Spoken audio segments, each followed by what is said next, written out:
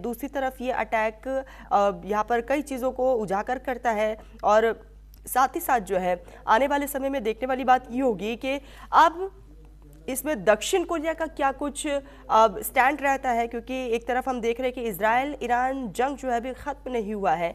ऐसे में उत्तर कोरिया ने दक्षिण कोरिया पर 10 से ज़्यादा रॉकेट दागे हैं और बहुत ज़्यादा नुकसान की खबर सामने आई है। दक्षिण कोरिया सेना के अनुसार ये रॉकेट उत्तर कोरिया की राजधानी प्योंगयांग के पास सुनान शहर में दागी गई है और यह घटनाक्रम इजराइल द्वारा ईरान के खिलाफ एक तरफ सैन्य कार्रवाई जारी है, दूसरी तरफ उत्तर कोरिया की तरफ से दक्षिण कोरिया पर यह बड़ा अटैक बताया जा रहा है।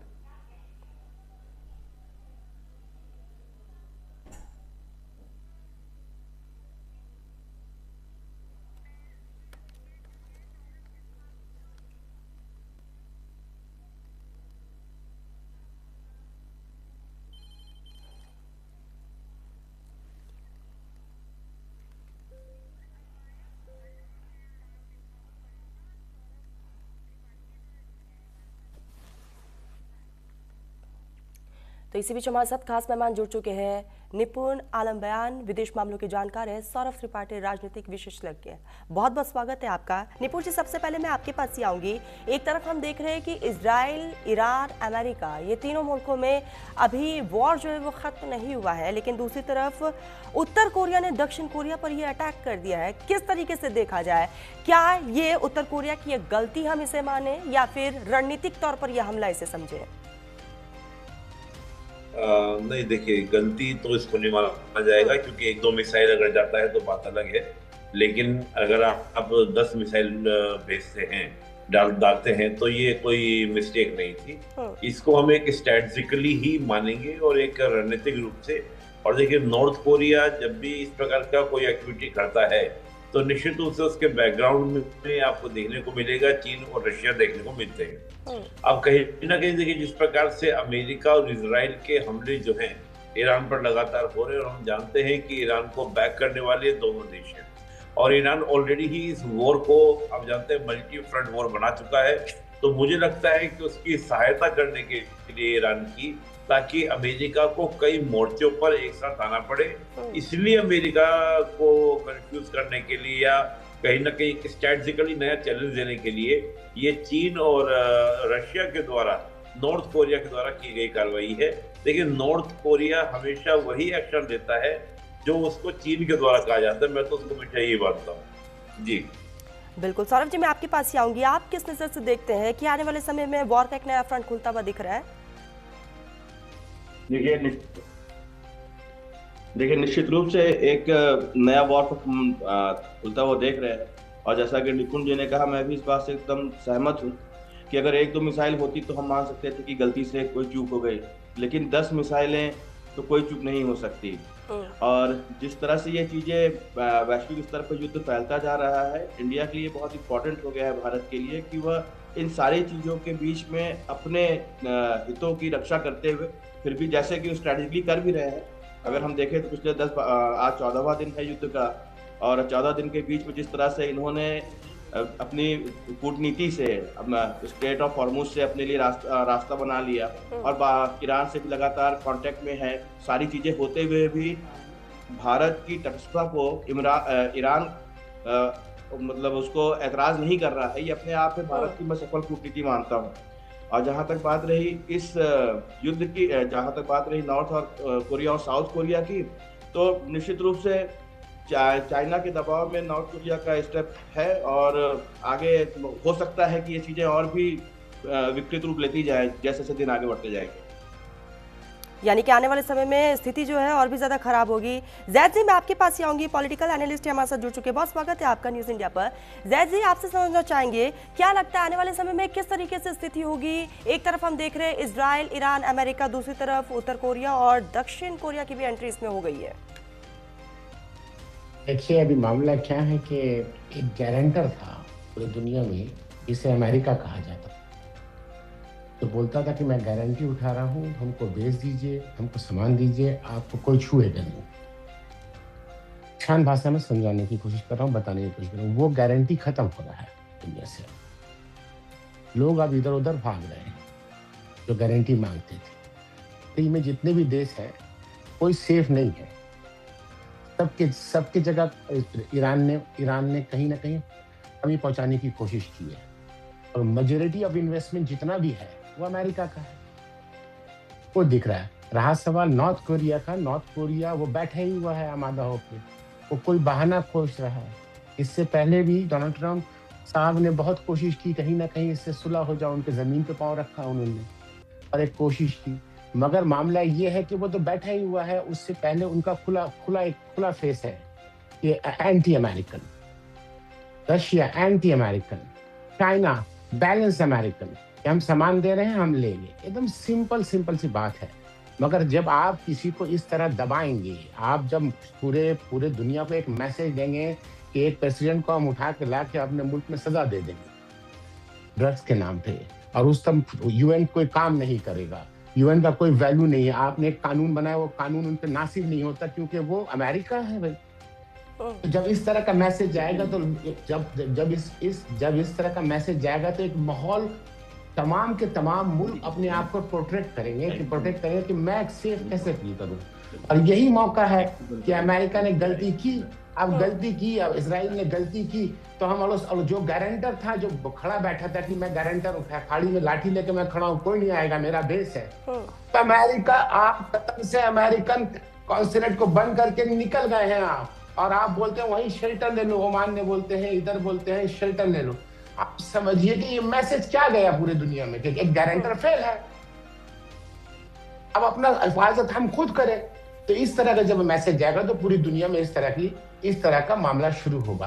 अब आते हैं, सबसे बड़ी बात क्या होती है कि आप सोचिए कि अभी तक तो खाली एक जगह का 20% का ऑयल का मामला चल रहा है, 20% वहां से नहीं निकलने दे रहा है। हूती अगर आपको रोक दे तो यूरोप का जो चाइना का मोबाइल जाता है, एक मिसाल दे रहे बात, तो चाइना का बैटरी जाता है, चाइना से सामान जाता है, इंडिया से सामान जाता है, वो सब्जी भी अफ्रीका से घूम के आएगा यूरोप, और यूरोप अभी सेफ फील करता है, सेफ इन द सेंस कि मुझे सामान मिल जा रहा है, चाहे यूक्रेन के जरिए से, चाहे रशिया के जरिए से, one eyes close one eyes खोल के मिल जा रहा है। ये तमाम चीज जो अटपटा सा होगा नहीं, वो तमाम चीज जो घूम के अफ्रीका से आएगा, वो तमाम एक दूसरा माहौल पूरे दुनिया को बनाएगा। ये जो अमेरिका ने जो छेड़ा है, ये छोटी मोटी चीज नहीं छेड़ी है। आप सोच लीजिए कि ऐसी चीज छेड़ दी है, आप इसे सोच लीजिए कि मक्खी का वो छत्ता छेड़ दिया है कि अब सबको काटेगा और सब बच रहे हैं अपने आप से। माहौल पूरे दुनिया का ये है। हर सुबह उठते हैं, जब ये शुरू हुआ था ये वार, तो मैसेज क्या गया था, 1-2 दिन का मामला है, क्यों आपने टॉप लीडर को मार दिया, 2 मिनट के अंदर, 2 दिन के अंदर पूरा खत्म होगा, रैप करेंगे, चले जाएंगे अमेरिकन। ऐसा एकदम, इसलिए कि मारा जो गया था ये छोटी मोटी बात नहीं है। आप किसी को एकदम सटीक मार रहे हैं, एआई के थ्रू से मारा, दुनिया का सबसे बेस्ट एआई यूज किया आपने, और ये चाइना के पास भी नहीं ये सिस्टम, जिस अंदाज से उसने मारा अमेरिका और इजराइल मिलकर, उसकी सराहना हुई। ठीक है जैसा, यानी कि कुल मिलाकर हर एक स्तर पर इसका असर जो है वो साफ तौर पर देखने को मिलेगा। इसी बीच हमारे साथ retired colonel Mayank Choubey, defence expert है, जुड़ चुके हैं हमारे साथ। मयंक जी, बहुत स्वागत है आपका। मयंक जी, आपसे समझेंगे, क्योंकि उत्तर कोरिया ने दक्षिण कोरिया पर जो अटैक किया है, क्या आपको भी लगता है वाकई इसके पीछे अमेरिका है? बहुत बहुत धन्यवाद तरन्नुम जी। जो ये खबर आ रही है कि नॉर्थ कोरिया ने अटैक किया साउथ कोरिया पे, मैं ये साफ कर दूं कि इस समय इन्होंने 10 मिसाइल्स का सैल्वो फायर किया है, इसमें कोई शक की बात नहीं है। लेकिन ये सारी मिसाइल समुद्र में गिरी हैं, करीब 300 से 400 किलोमीटर की यात्रा करने के बाद में। इसके बावजूद ये मिसाइल्स जो हैं ये साउथ कोरिया के एक्सक्लूसिव इकोनॉमिक जोन के बाहर गिरी हैं। तो कहने का तात्पर्य ये है कि ये एक तरीके का वार्निंग शॉट था नॉर्थ कोरिया की तरफ से, ये बिल्कुल साफ है। इसका कारण क्या था? कारण ये था कि नॉर्थ कोरिया सिग्नल कर रहा था उस समय अमेरिकी और साउथ कोरियन नेवी को, जो कि एक जॉइंट एक्सरसाइज कर रहे थे फ्रीडम शील्ड के नाम से। तो फ्रीडम शील्ड को एक तरीके का ये वार्निंग शॉट दिया गया था कि आप हमसे दूर रहें। तो इसका केवल और केवल मतलब यहां पर यह है कि नॉर्थ कोरिया अपना यहां पर वर्चस्व जमाने का प्रयास कर रहा था, मात्र इतना है। तो इसको एग्रेसिव कार्रवाई जो है इस तरीके से ना लेकर कि वो युद्ध में कूद गया है या युद्ध करना चाहता है, ये वार्न कर रहा है कि यूएस को कि वो थोड़ा सा दूर रहे और साउथ कोरिया के साथ में जो समुद्री एक्सरसाइज कर रहा है उससे वो बाज आए, जहां तक मेरा आकलन है। जी तरन्नुम जी। ठीक है निपुण जी, मैं आपके पास ही आऊंगी क्योंकि हम देख रहे हैं कि वॉर का ये नया फ्रंट खुलता हुआ नजर आ रहा है, हर एक स्तर पर इसका असर देखने को मिलेगा। क्या लग रहा है वैश्विक स्तर पर क्या कुछ आने वाले समय में बदलाव हो सकते हैं, क्या तनाव की स्थिति और भी ज्यादा बढ़ सकती है? देखिए, हालांकि अभी मयंक जी ने बहुत क्लियरली बता भी दिया। मैं इसी बात को, देखिए आपका जो प्रश्न है वो प्रश्न, इसका उत्तर हमारे विदेश मंत्री जयशंकर जी ने दिया था कुछ समय पहले। उन्होंने कहा था कि दुनिया के जो संबंध है या जो हमारे अंतर्राष्ट्रीय राजनीति है वो पहले से बड़ी जटिल थी और हाल के दिनों में वो और अधिक जटिलता की ओर बढ़ रही है। ये बात सत्य है और यही दौर आपको देखने को मिल रहा है। लगातार रशिया यूक्रेन, इजराइल हमास, अब ईरान इजराइल और साथ में आपका पाकिस्तान अफगानिस्तान, और नया फ्रंट आपको देखने को मिल रहा है नॉर्थ कोरिया साउथ कोरिया। तो ये जो स्थिति है ये एक ट्रांजैक्शन फेज इसको कहा जाता है कि यहाँ पर एक हेजोनोमस का स्ट्रगल चल रहा है, जिसमें हेजोनोमस बनने का प्रयास, बने रहने का प्रयास अमेरिका कर रहा है, लेकिन उसको चुनौती मिल रही है चीन और रशिया की ओर से। और फैक्ट यही है, आप जितनी भी वॉर को आप देखें और डीपली मैं कहूँगा अगर लेंस लेके बड़ा कैनवास करके आप देखेंगे तो आपको देखने को मिलेगा कि ईरान हो, फिलिस्तीन हो, इनकी जगह का इस्तेमाल किया जा रहा है। लेकिन यहाँ पर क्या हो रहा है कि जो ग्लोबल पावर्स हैं उनका मशाल स्ट्रगल चल रहा है। रियलिटी में यही बात है। और अभी जिस प्रकार से देखिए क्या जरूरत है अमेरिका को इस समय, जब आपको ऑलरेडी ईरान के साथ आप उलझे हुए थे कि साउथ कोरिया के साथ एक्सरसाइज करने की, जानबूझ के आप एक्सरसाइज कर रहे हैं, यानी कि आप जानबूझकर चीन को तंग करने का प्रयास कर रहे हैं। और देखिए चीन फ्रंट पे खुद नहीं आता। नॉर्थ कोरिया को मैं मानता हूँ हमेशा कि north Korea is the captain of the China, बल्कि पहले रशिया का होता था, वो चाइना का है। जब भी चीन को धमकी दिलानी होती है अमेरिका को तो वो नॉर्थ कोरिया के द्वारा इस प्रकार की एक्टिविटीज कराता है। तो इस प्रकार की दुनिया इस समय बनी हुई है और अमेरिका का भी कह सकते हैं, चीन का भी कह सकते हैं, और इसको आप एक स्ट्रेटेजिकली भी देख सकते हैं। ठीक है निपुण जी, इसको समझेंगे कि आखिर चीन की इसमें किस तरीके से एंट्री हो रही है। आऊंगी मैं आपके पास। इसी बीच एक बहुत बड़ी खबर सामने आ रही है, सऊदी अरब में ईरान का बड़ा अटैक देखने को मिला है। ईरान का सऊदी के एयरबेस पर जोरदार हमला हुआ है। अमेरिकी एयरफोर्स के कई विमान क्षतिग्रस्त हो चुके हैं।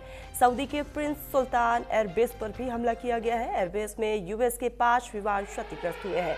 तो पश्चिमी एशिया में जारी संघर्ष हर दिन और भयानक होता जा रहा है। अमेरिका और इजराइल के भीषण हमले से एक बार फिर से लगातार स्थिति जो है वो बदलती हुई नजर आ रही है। इसी बीच एक और बड़ी खबर आ रही है, यूएस ने ईरान के खार्क द्वीप पर हमला किया है। खार्क पर सभी सैन्य ठिकाने तबाह होने का दावा किया जा रहा है। तेल निर्यात के लिए सबसे अहम टर्मिनल है खार्क। आपको बता दें कि ट्रंप की ईरान पर बड़े हमले की चेतावनी है, अगले हफ्ते और भीषण हमले करेंगे। डोनाल्ड ट्रंप की तरफ से कहा गया ईरान का प्लान खत्म हो गया है, अब ईरान के पास कोई प्लान नहीं बचा है, ऐसा डोनाल्ड ट्रंप कह रहे हैं।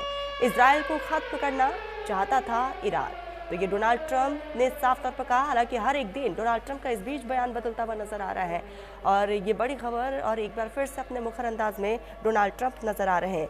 निपुण जी, मैं आपके पास ही आऊंगी, आप समझाइएगा कि आखिर इसमें चीन की एंट्री कैसे, क्या जो कुछ भी नॉर्थ कोरिया और साउथ कोरिया के बीच में हुआ उसके पीछे सच में बैकग्राउंड में चीन काम कर रहा है?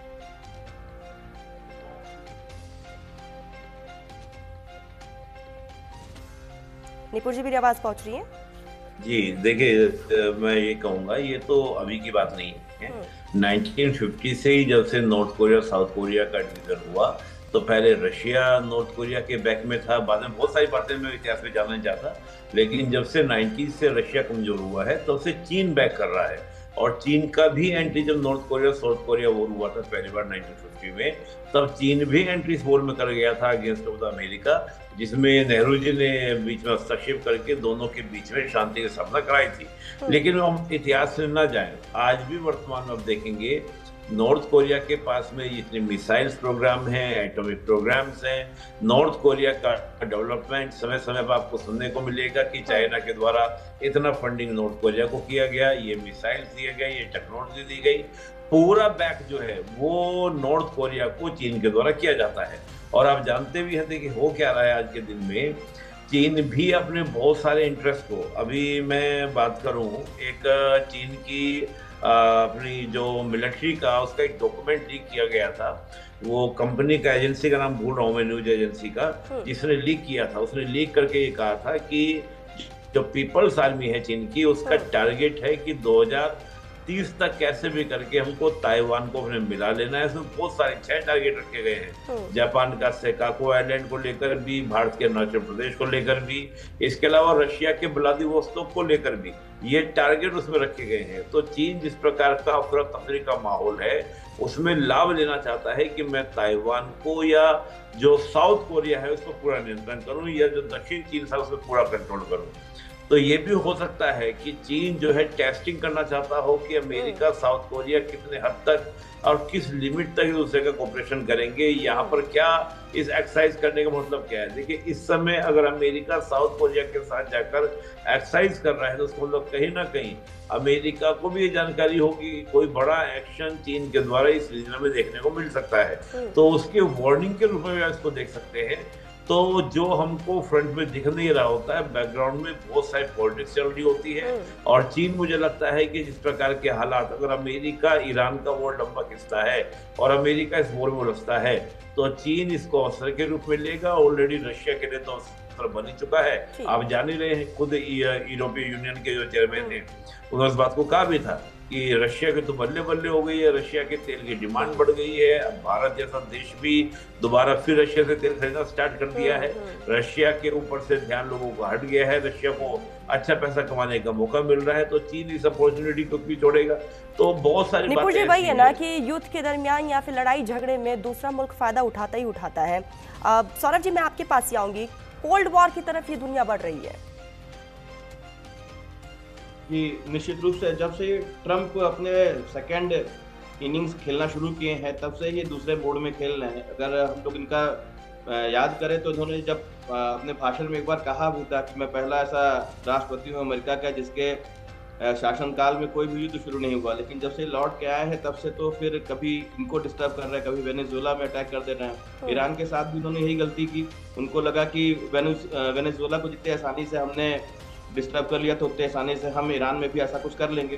पर यहाँ पे इनको जो है निराशा हाथ लगी और ईरान ने भी इनको जो है अच्छी टक्कर दिया भी है।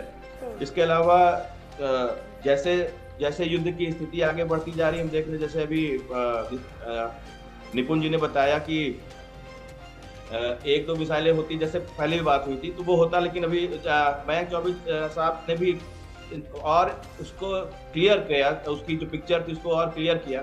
निश्चित रूप से जब साउथ कोरिया और अमेरिका युद्धाभ्यास करेंगे तो कहीं ना कहीं चाइना को दिक्कत होगी, कहीं ना कहीं नॉर्थ कोरिया को दिक्कत होगी। तो इस तरह की चीजें तो होंगी ही।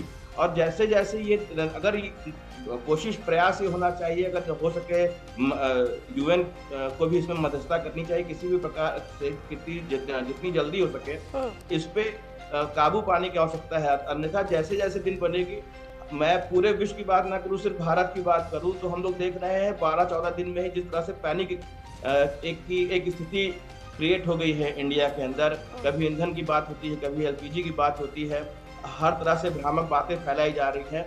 गवर्नमेंट ऑफ इंडिया कुछ कह रही है, अपोजिशन कुछ कह रहा है। इस तरह की स्थिति हमारे देश के लिए भी अच्छी नहीं है।